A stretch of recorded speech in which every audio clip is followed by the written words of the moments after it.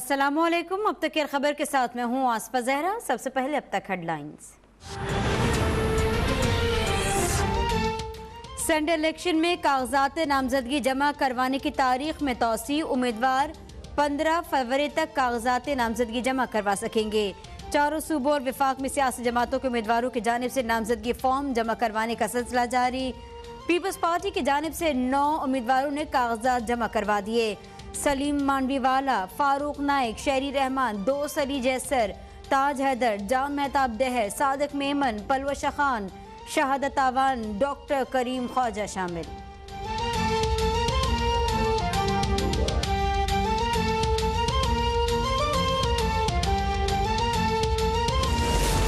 PTI की जानिब से शिबली फराज, अब्दुल हफीज शेख, फौजिया अरशद, अब्दुल कादिर बलोच, फैसल वावडा, सैफुल्लाह न्याजी, डॉक्टर जरका, मोहसिन अजीज, दोस्त मोहम्मद, सानिया नश्तर, फरजाना बीबी और बैरिस्टर अली जफर उम्मीदवार होंगे।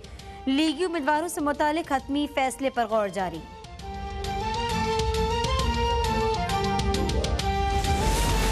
जमात इस्लामी की जानिब से professor doctor Ataur Rahman, doctor Amjad Iqbal Khalil, Amina Jadoon आज कागजात नामजदगी जमा करवाएंगे। अमीर जमात इस्लामी सिराजुल हक का कहना है अरकान की खरीद फरोख्त की वीडियो नामुकम्मल है। पैसे लेने वालों के नाम बताए गए, देने वालों के नाम भी जाहिर होने चाहिए।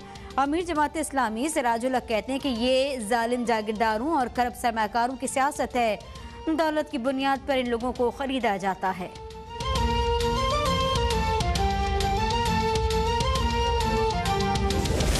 मुस्लिम लीग नून इंतखाबी इस्लाहात के हक में है, लेकिन सिर्फ एक जमात को फ़ायदा पहुँचाने के लिए लाई गई रिफॉर्म्स काबिल कबूल नहीं।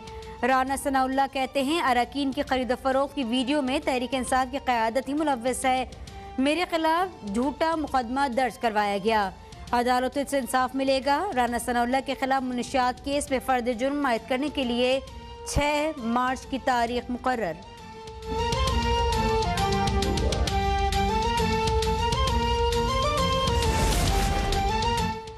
सेनेट शेड्यूल उजलत में जारी किया गया। हमारे कागजात नामजदगी जमा करवाने के बाद इलेक्शन कमीशन ने वक्त बढ़ा दिया। शहरी रहमान कहती है हुकूमत के एहतसाब का मुतालबा करते हैं। हुकूमत ने हर पाकिस्तानी को 2.25 लाख रुपए का मकरूज कर दिया। ओपोजिशन का काम है हुकूमत पर नजर रखना।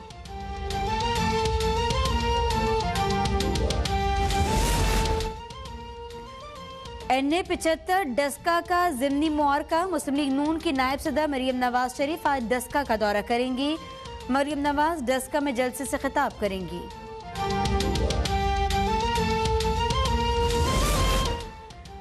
जापानी तर्ज पर अर्बन फॉरेस्ट्री का आगाज कर दिया गया। अर्बन फॉरेस्ट्री के लिए लाहौर में 50 मुकामात का इंतखाब किया गया। वज़ीर आज़म इमरान खान कहते हैं जापानी तरीक़ाकार के तहत दरख्त 10 गुना तेजी से बढ़ते हैं, 30% घने होते हैं। ये आलूदगी से निपटने का बेहतरीन तरीका है। डेरा गाजी खान और राजनपुर के कबायली इलाकों में हिल टोरेंट्स के पानी को महफूज बनाने के लिए डैम्स बनाए जाएंगे। 13 दरों पर डैम्स बनाने की फिजिबिलिटी स्टडी के लिए नेस्पाक से मुआहदा किया गया। वज़ीर आला पंजाब उस्मान बुज़दार कहते हैं फिजिबिलिटी रिपोर्ट के लिए 1 अरब 25 करोड़ रुपए के फंड्स फराहम कर दिए गए। कोहे सुलेमान में मरहलावार दरमियाने साइज के डैम्स बनेंगे। पहले डैम की तामीर के पायलट प्रोजेक्ट का आगाज जून में होगा। डैम्स बनने से 2 लाख से ज्यादा एकड़ अराजी सैराब होगी।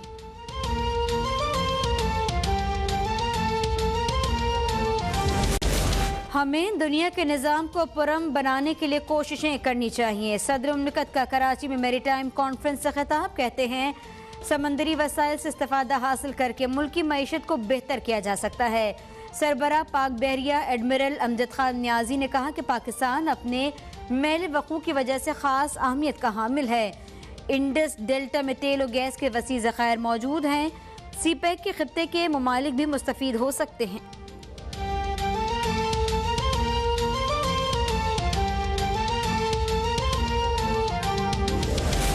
मुल्क में 24 घंटों के दौरान कोरोना से मजीद 58 अमवात, 1262 नए केसेस रिकॉर्ड। कराची में लेडी डॉक्टर शीमा हसन इंतकाल कर गईं। मजमूई केसेस 5,61,625 हो गए। अब तक 12,276 अमवात हो गई।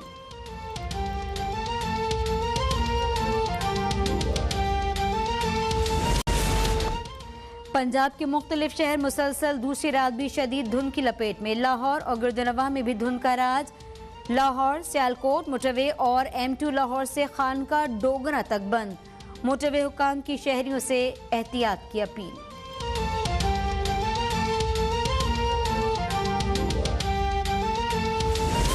अली सदपारा और 2 गैर मुल्की कोहपैमाओं की तलाश जारी। K2 के तरफ मौसम अबरालूद।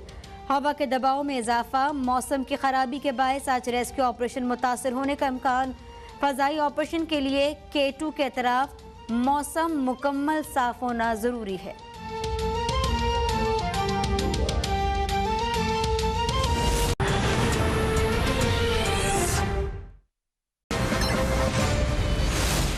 और लिए चलेंगे कराची, जहां वज़ीर-ए-आज़म मुराद अली शाह मीडिया से बात कर रही हैं। एक्सेप्शन टू दिस कि आप लोग इल्जाम लगाते हैं, पैसे लेके दिए जा रहे, डॉक्टर्ड वीडियोस 3 साल पुरानी बना के लिए, जो भी है, ठीक है, ऐसे इल्जाम लगाना गलत है। और मेरा ख्याल है कि जो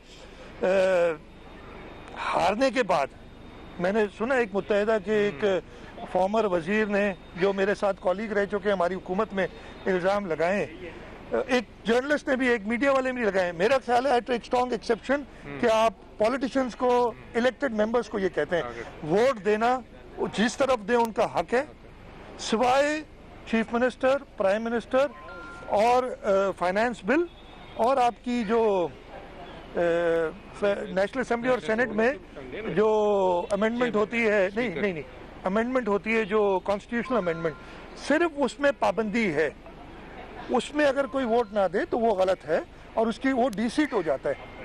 यहाँ पे कोई पाबंदी नहीं है। अगर कोई अपनी मर्जी से देखता है कि जो मेरे सामने कैंडिडेट है वो बेकार है और किसी और जमात का कैंडिडेट बेहतर है तो वोट दे सकता है, और आप उस पर इल्ज़ाम लगा देते हैं कि वैसे लिए। मैं बड़ा सख्ती से उन लोगों को भी कहता हूँ कि ये अपने आप को डिग्रेड ना करे जो ये कह के, शायद वो लोग, मैं किसी और पे इल्ज़ाम नहीं लगाऊंगा, किसी पे भी नहीं लगाऊंगा, लेकिन ये जो कहते हैं ना जो खरीदो फरोख्त होती है, जो मुझे बड़ी हैरत हुई है, ये अभी बैठ के प्राइम मिनिस्टर साहब भी बड़ी बड़ी बातें कर रहे हैं, पैसे बता रहे हैं इतने इतने करोड़। पिछले 2 सेनेट इलेक्शन तो उन्होंने खुद हिस्सा लिया, क्यों नहीं उसको सामने किया?